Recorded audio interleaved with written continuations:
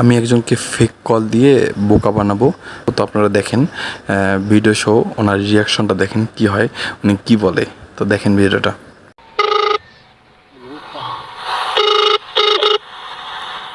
আসো খেলবো, খেলা হবে, খেলা হবে।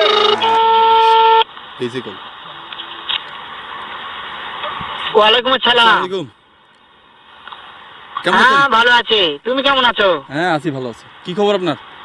হ্যাঁ ভালো আছো না? হ্যাঁ। আচ্ছা তুমি কার সঙ্গে আছো? এই কাদের ভাই সাথে আছে আমার।